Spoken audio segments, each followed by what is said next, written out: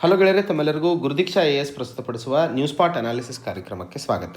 ಇವತ್ತಿನ ಸಂಚಿಕೆಯಲ್ಲಿ ನಾವು 8 ಆಗಸ್ಟ್ 2022ರ ಮುಖ್ಯವಾದ ದಿನಪತ್ರಿಕೆಗಳಲ್ಲಿ ಬಂದಂತಹ ಆರ್ಟಿಕಲ್ಸ್ಗಳ ವಿಶ್ಲೇಷಣೆಯನ್ನು ನೋಡಲಿದ್ದೇವೆ.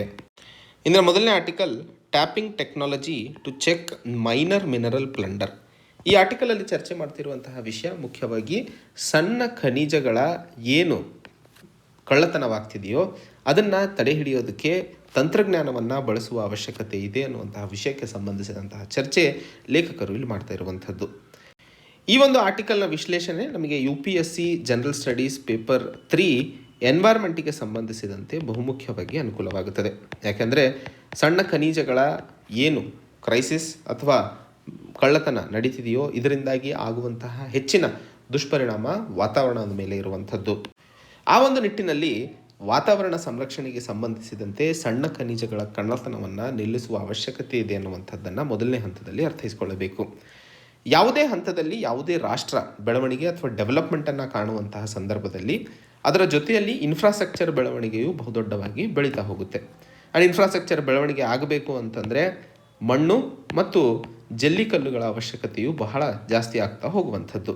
ಇದರಿಂದಾಗಿ ಇವತ್ತು ದೇಶದಲ್ಲಿ ಈ ಮಣ್ಣು ಅಥವಾ ಜಲ್ಲಿಕಲ್ಲಿನ ಅವಶ್ಯಕತೆ 60 ಮಿಲಿಯನ್ ಮೆಟ್ರಿಕ್ ಟನ್ಸ್ಗಿನ ಹೆಚ್ಚಾಗಿರುವಂಥದ್ದು ಮಾಹಿತಿ ನಮಗೆಲ್ಲ ಗೊತ್ತೇ ಆಗಿರುವಂಥದ್ದು. ಹೀಗೆ ಇರುವಂತಹ ಸಂದರ್ಭದಲ್ಲಿ ಇಷ್ಟು ದೊಡ್ಡ ಮಟ್ಟದಲ್ಲಿ ಇರುವಂತಹ ಡಿಮಾಂಡನ್ನು ಫುಲ್ಫಿಲ್ ಮಾಡೋದಕ್ಕೆ ಆಬ್ವಿಯಸ್ಲಿ ಎಕ್ಸ್ಟ್ರಾಕ್ಷನ್ ಅಥವಾ ಇಲ್ಲಿಗಲ್ ಆಗಿ ಅದನ್ನು ಪಡೆದುಕೊಂಡು ಮಾರುಕಟ್ಟೆಯಲ್ಲಿ ಮಾರುವಂತಹ ಪ್ರಯತ್ನಗಳು ಸಹ ಹೆಚ್ಚಾಗ್ತಾ ಹೋಗ್ತವೆ. ಹೀಗೆ ಇರುವಂತಹ ಸಂದರ್ಭದಲ್ಲಿ ಈ ಸಣ್ಣ ಖನಿಜಗಳು, ಉದಾಹರಣೆಗೆ ಡೋಲೋಮೈಟ್, ಸ್ಯಾಂಡ್, ಗ್ರೇವಲ್ ಅಂತಂದರೆ ನಾವು ಜಲ್ಲಿಕಲ್ಲು ಅಂತ ಏನು ಕರಿತೀವಿ. ಸೊ ಇವೆಲ್ಲವೂ ಮೈನರ್ ಮಿನರಲ್ಸ್ ಕೆಳಗಡೆ ನಾವು ನೋಡ್ತೀವಿ. ಹೀಗೆ ಇರುವಂತಹ ಸಂದರ್ಭದಲ್ಲಿ ನಡೀತಾ ಇರುವಂತಹ ಇಲ್ಲಿಗಲ್ ಸ್ಯಾಂಡ್ ಮೈನಿಂಗ್, ಇಲ್ಲಿಗಲ್ ಗ್ರೇವೆಲ್ ಮೈನಿಂಗ್ನಿಂದಾಗಿ ವಾತಾವರಣದ ಮೇಲೆ ಆಗುವಂತಹ ಹೊಡೆತ. ಇಲ್ಲಿ ಮೊದಲನೇ ಹಂತದಲ್ಲಿ ರೆಗ್ಯುಲೇಷನ್ನಲ್ಲಿ ಇರುವಂತಹ ಸಮಸ್ಯೆ ಏನು ರೆಗ್ಯುಲೇಷನ್ಗೆ ಸಂಬಂಧಿಸಿದಂತೆ ನಾವು ವಿಫಲರಾಗಿದ್ದೀವಿ ಅನ್ನುವಂಥದ್ದು. ಈ ಸಣ್ಣ ಖನಿಜಗಳಿಗೆ ಸಂಬಂಧಿಸಿದಂತೆ ಯಾವುದೇ ಅಡ್ಮಿನಿಸ್ಟ್ರೇಟಿವ್ ಪವರ್ಸ್ ಏನಿದ್ದಾವೆ, ಇವುಗಳಿಗೆ ರೂಲ್ಸ್ ಆಗಿರಬಹುದು, ಇವುಗಳನ್ನು ಎಷ್ಟರ ಮಟ್ಟಿಗೆ ಮೈನಿಂಗ್ ಮಾಡಬಹುದು ಅಂತ ಆಗಿರಬಹುದು, ಏನು ಕನ್ಸೆಷನ್ಸ್ ಕೊಡಬಹುದು ಅಂತ ಆಗಿರಬಹುದು, ಇವೆಲ್ಲವೂ ರಾಜ್ಯ ಸರ್ಕಾರದ ಅಡಿಯಲ್ಲಿ ಕೊಡಲಾಗಿರುವಂಥದ್ದು. ಸೊ ಸಣ್ಣ ಖನಿಜಗಳಿಗೆ ಸಂಬಂಧಿಸಿದಂತೆ ಮೈನಿಂಗ್ ಏನಾದರೂ ನಡೆದರೆ ಅದಕ್ಕೆ ಪರ್ಮಿಷನನ್ನು ರಾಜ್ಯ ಸರ್ಕಾರಗಳಿಂದ ಪಡಿಬೇಕು. ಎನ್ವೈರ್ಮೆಂಟ್ ಇಂಪ್ಯಾಕ್ಟ್ ಅಸೆಸ್ಮೆಂಟ್ ನೋಟಿಫಿಕೇಷನ್ 1994 ಮತ್ತು 2006 ಬಹುಮುಖ್ಯವಾಗಿ ಎನ್ವೈರ್ಮೆಂಟಲ್ ಕ್ಲಿಯರೆನ್ಸಸ್ಸು ಈ ಮೈನಿಂಗ್ಗಳಿಗೆ ಸಂಬಂಧಿಸಿದಂತೆ ಏನು ಪಡೆಯುವುದು ಇರುತ್ತದೆಯೋ ಅದು 5 ಎಕರೆಗಿಂತಲೂ ಹೆಚ್ಚು ಅಥವಾ 5 ಎಕರೆ ಸಮ ಇದ್ದಾಗ ಮಾತ್ರ ಪಡಿಬೇಕು ಅನ್ನುವಂಥದ್ದಿತ್ತು.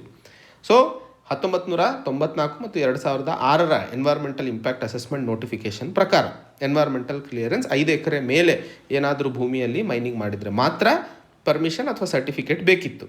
ಆದರೆ ಈ ಮೈನಿಂಗಿಂದ ಆಗ್ತಾ ಇರುವಂತಹ ದುಷ್ಪರಿಣಾಮಗಳನ್ನು ಕಂಡಂತಹ ಸರ್ವೋಚ್ಚ ನ್ಯಾಯಾಲಯ ಸರ್ಕಾರಗಳಿಗೆ ministry of environment, forest and climate change, environmental aspect of quarrying of minor minerals 2010ರಲ್ಲಿ ಕೊಟ್ಟಂತಹ ರಿಪೋರ್ಟನ್ನು ಆಧರಿಸಿ ರಾಜ್ಯ ಸರ್ಕಾರಗಳಿಗೆ 5 ಎಕರೆಗಿಂತ ಕಡಿಮೆ ಇದ್ದಂತಹ ಸಂದರ್ಭದಲ್ಲೂ ಸಣ್ಣ ಖನಿಜಗಳಿಗೆ ಸಂದರ್ಭಿಸಿದಂತೆ ನಡೀತಾ ಇರುವಂತಹ ಮೈನಿಂಗನ್ನು ಕ್ಲಿಯರೆನ್ಸ್ ಪಡ್ಕೊಂಡು ಮಾತ್ರ ನಡೆಸಬೇಕು ಅನ್ನುವಂತಹ ಒಂದು ವ್ಯವಸ್ಥೆಯನ್ನು ಜಾರಿ ಮಾಡಿತ್ತು.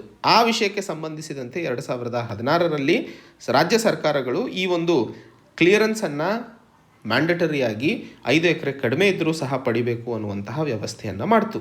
ಅದರ ಜೊತೆಯಲ್ಲಿ 2016ರಲ್ಲಿ ಬಂದಂತಹ amendment district environment impact assessment authority ಹಾಗೂ ಡಿಸ್ಟ್ರಿಕ್ಟ್ ಎಕ್ಸ್ಪರ್ಟ್ ಅಪ್ರೈಸಲ್ ಕಮಿಟಿ 2 ಕಮಿಟಿಯನ್ನು ರಚನೆ ಮಾಡಿತು ಈ ವಿಷಯಕ್ಕೆ ಸಂಬಂಧಿಸಿದಂತೆ ಚರ್ಚೆ ಮಾಡುವಂತಹ ನಿಟ್ಟಿನಲ್ಲಿ. ಆದರೂ ಸಹ ಇಲ್ಲಿಗಲ್ ಮೈನಿಂಗ್ನ ಸಮಸ್ಯೆ ನಿಂತಿಲ್ಲ. ಅದಕ್ಕೆ ಮೂಲ ಕಾರಣ ಸರ್ಕಾರ ಕೊಟ್ಟಿರುವಂತಹ ನಿರ್ದೇಶನಗಳನ್ನು ಸರಿಯಾಗಿ ಪಾಲಿಸದೇ ಇರುವಂಥದ್ದು.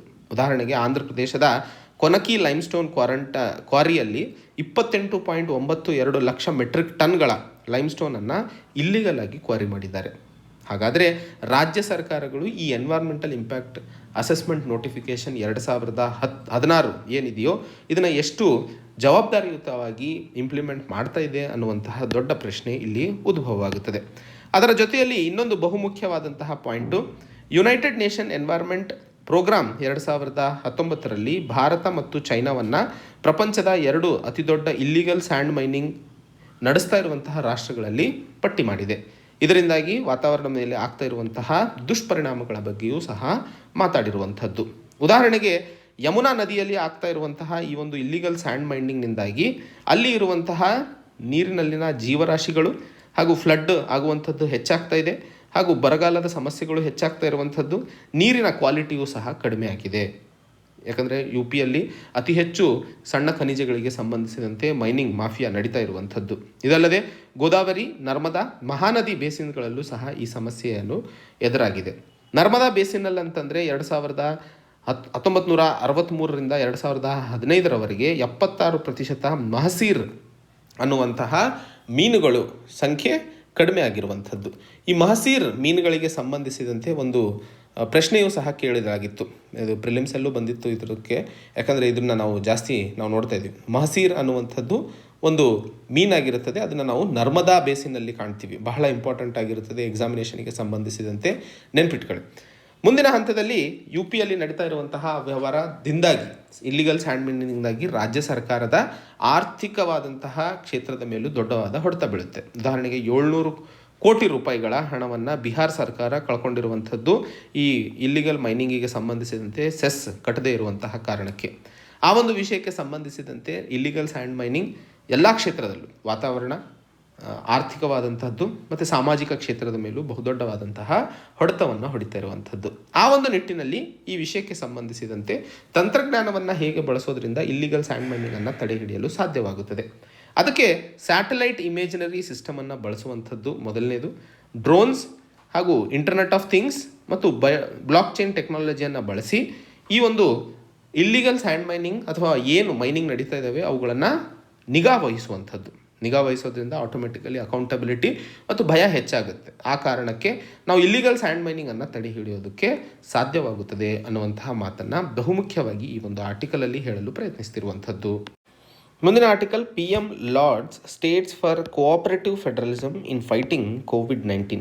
ಈ ಒಂದು ಆರ್ಟಿಕಲಲ್ಲಿ ಬಹುಮುಖ್ಯವಾಗಿ ನಾವು ಚರ್ಚೆ ಮಾಡ್ತಿರುವಂತಹದ್ದು ಗವರ್ನಿಂಗ್ ಕೌನ್ಸಿಲ್ನ ಮೀಟಿಂಗ್ ನಡೆದಿರುವಂಥದ್ದು ನೀತಿ ಆಯೋಗ್ ಆಡಳಿತದಲ್ಲಿ. ನೀತಿ ಆಯೋಗ್ನ ಈ ಒಂದು ಗವರ್ನಿಂಗ್ ಕೌನ್ಸಿಲ್ ಮೀಟಿಂಗ್ ಬಹುಮುಖ್ಯವಾಗಿ ಎಲ್ಲ ರಾಜ್ಯದ ಮುಖ್ಯಮಂತ್ರಿಗಳು, ಯೂನಿಯನ್ ಟೆರಿಟರೀಸ್ ಯಾವ್ಯಾವ ಲೆಜಿಸ್ಲೇಚರ್ ಇದ್ದಾವೆ ಅವರು ಮುಖ್ಯಮಂತ್ರಿಗಳು, ಲೆಫ್ಟಿನೆಂಟ್ ಗವರ್ನರ್ಸ್ಗಳು ಹಾಗೂ ಬೇರೆ UTS ಅಲ್ಲಿ ಇರುವಂತಹ ಕಮಿಷನರ್ಗಳು, ಎಕ್ಸ್ ಆಫಿಷಿಯೋ ಮೆಂಬರ್ಸು, ವೈಸ್ ಚೇರ್ಮನ್ ನೀತಿ ಆಯೋಗ್, ಫುಲ್ ಟೈಮ್ ಮೆಂಬರ್ಸ್ ನೀತಿ ಆಯೋಗ್ ಮತ್ತು ಸ್ಪೆಷಲ್ ಇನ್ವಿಟೀಸ್ ಯಾರ್ಯಾರಿದ್ದಾರೆ ಇವರೆಲ್ಲ ಸೇರಿಬಿಟ್ಟು ಈ ನೀತಿ ಆಯೋಗ್ ಗವರ್ನಿಂಗ್ ಕೌನ್ಸಿಲ್ನಲ್ಲಿ ಪಾಲ್ಗೊಳ್ತಾರೆ. ಈ ನೀತಿ ಆಯೋಗ್ ಗವರ್ನಿಂಗ್ ಕೌನ್ಸಿಲ್ ಬಹುಮುಖ್ಯವಾಗಿ ರಾಷ್ಟ್ರೀಯ ಮಟ್ಟದಲ್ಲಿ ಇರುವಂತಹ ಉದ್ದೇಶಗಳು ಹಾಗೂ ಸ್ಟ್ರಾಟಜೀಸ್ಗಳನ್ನು ರಾಜ್ಯ ಸರ್ಕಾರಗಳ ಸಹಕಾರದೊಂದಿಗೆ ಇಂಪ್ಲಿಮೆಂಟ್ ಮಾಡುವಂಥದ್ದು ಮೂಲ ಉದ್ದೇಶ. ಸೊ ಕೇಂದ್ರ ಮತ್ತು ರಾಜ್ಯ ಸರ್ಕಾರಗಳು ಒಟ್ಟಾಗಿ ಕೆಲಸ ಮಾಡುವಂತಹ ಸಂದರ್ಭದಲ್ಲಿ ನಾವು ಕೋಆಪರೇಟಿವ್ ಫೆಡರಲಿಸಮ್ ಅನ್ನುವಂತಹ ಕಾನ್ಸೆಪ್ಟನ್ನು ಮಾತಾಡ್ತೀವಿ. ಸೊ ಕೋಆಪರೇಟಿವ್ ಫೆಡರಲಿಸಮನ್ನು ಗಟ್ಟಿಪಡಿಸುವಂತಹ ಕಡೆಗೆ ಈ ಒಂದು ನೀತಿ ಆಯೋಗ್ನ ಗವರ್ನಿಂಗ್ ಕೌನ್ಸಿಲ್ ಮೀಟಿಂಗ್ ಬಹುಮುಖ್ಯವಾದ ಪಾತ್ರವನ್ನು ವಹಿಸುತ್ತದೆ ಅನ್ನುವಂಥದ್ದನ್ನು ಇಲ್ಲಿ ಅರ್ಥೈಸಿಕೊಳ್ಳಬೇಕು.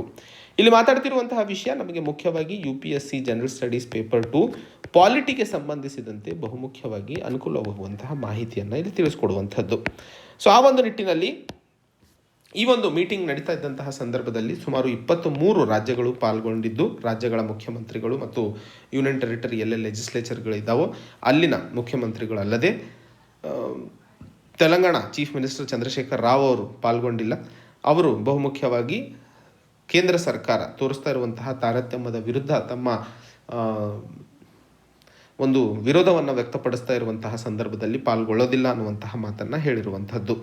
ಈ ಒಂದು ಸಂದರ್ಭದಲ್ಲಿ ಚರ್ಚೆಯಾದಂತಹ ವಿಷಯಗಳು ಬಹುಮುಖ್ಯವಾಗಿ COVID-19 ಪ್ಯಾಂಡಮಿಕ್ ಮಹಾಮಾರಿಯನ್ನು ಹೊಡೆದಾಡುವಂತಹದ್ದು ಅಥವಾ ಹೊಡೆದಾಡಿರುವಂಥದ್ದು ಏನು ನಾವು ನೋಡಿದ್ದೀವೋ ಅದು ನಮ್ಮ ದೇಶದಲ್ಲಿ ಇರುವಂತಹ ಕೋಆಪರೇಟಿವ್ ಫೆಡರಲಿಸಮ್, ರಾಜ್ಯ ಮತ್ತು ಕೇಂದ್ರ ಸರ್ಕಾರದ ನಡುವಿನ ಸಂಬಂಧಗಳು ಎಷ್ಟು ಗಟ್ಟಿಯಾಗಿದ್ದಾವೆ ಅನ್ನುವಂಥದ್ದು ತೋರಿಸ್ಕೊಡುತ್ತದೆ.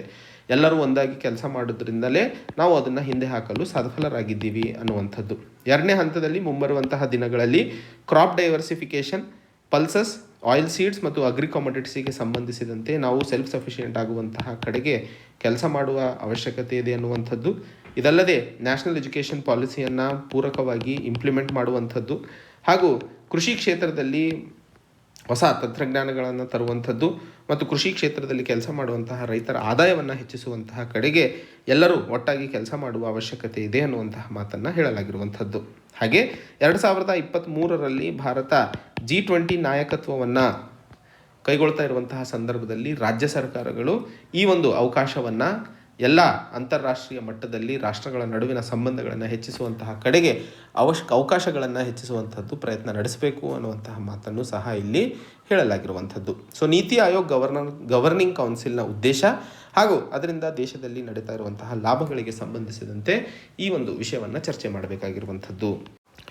ಮುಂದಿನ article, satellites launched by SSLV in a wrong orbit not usable. ಈ ಒಂದು ಆರ್ಟಿಕಲ್ ಬಹುಮುಖ್ಯವಾಗಿ ಇಸ್ರೋ ನಿನ್ನೆ ಒಂದು ಸ್ಮಾಲ್ ಸ್ಕೇಲ್ ಲಾಂಚ್ ವೆಹಿಕಲನ್ನು ಉಪಯೋಗಿಸಿ ಒಂದಿಷ್ಟು ಸ್ಯಾಟಲೈಟ್ಸ್ಗಳನ್ನು ಲಾಂಚ್ ಮಾಡಿತ್ತು. ಮೊದಲನೇ ಹಂತದಲ್ಲಿ ಈ ಸ್ಮಾಲ್ ಸ್ಕೇಲ್ ಲಾಂಚ್ ವೆಹಿಕಲ್ ಅಂದರೆ ಏನು? ಸ್ಮಾಲ್ ಸ್ಕೇಲ್ ಲಾಂಚ್ ವೆಹಿಕಲ್ ಸಹಾಯದೊಂದಿಗೆ ನಾವು ಸ್ಯಾಟಲೈಟ್ಸ್ಗಳನ್ನು 500 ಕಿಲೋಮೀಟರ್ನ ಲೋ ಅರ್ತ್ ಆರ್ಬಿಟ್ನಲ್ಲಿ ಸ್ಯಾಟಲೈಟ್ಸನ್ನು ಕೂರಿಸೋದಕ್ಕೆ ಉಪಯೋಗಿಸುವಂಥದ್ದು. ಈ ಒಂದು ಆರ್ಟಿಕಲನ್ನು ಅರ್ಥೈಸಿಕೊಳ್ಳಲು ಬಹುಮುಖ್ಯವಾಗಿ ಈ low earth orbit, middle earth orbit ಅಥವಾ ಮೀಡಿಯಮ್ ಅರ್ತ್ ಆರ್ಬಿಟ್ ಹಾಗೂ geostationary orbit, polar orbit ಅಥವಾ ಸನ್ ಸಿಂಕ್ರನಸ್ ಆರ್ಬಿಟ್ ಹಾಗೂ transfer orbit and geostationary orbit ಹಾಗೂ ಲೆಗ್ರಾಂಜೆ ಪಾಯಿಂಟ್, ಈ ಎಲ್ಲ ಆರ್ಬಿಟ್ಸಿಗೆ ಸಂಬಂಧಿಸಿದಂತೆ ಒಂದು ವಿಶೇಷ ವಿಡಿಯೋವನ್ನು ಮಾಡ್ತೀನಿ. ಈ ಆರ್ಟಿಕಲಲ್ಲಿ ನಮಗೆ ಬೇಕಾಗಿರುವಂತಹ ಮಾಹಿತಿ ಲೋ ಅರ್ತ್ ಆರ್ಬಿಟಿಗೆ ಸಂಬಂಧಿಸಿದಂತೆ ಇರೋದಕ್ಕೆ ಭೂಮಿಯ ಸುತ್ತ ಅಥವಾ ಭೂಮಿಯಿಂದ ಸರಿಸುಮಾರು 1000 ಕಿಲೋಮೀಟರ್ಕಿಂತ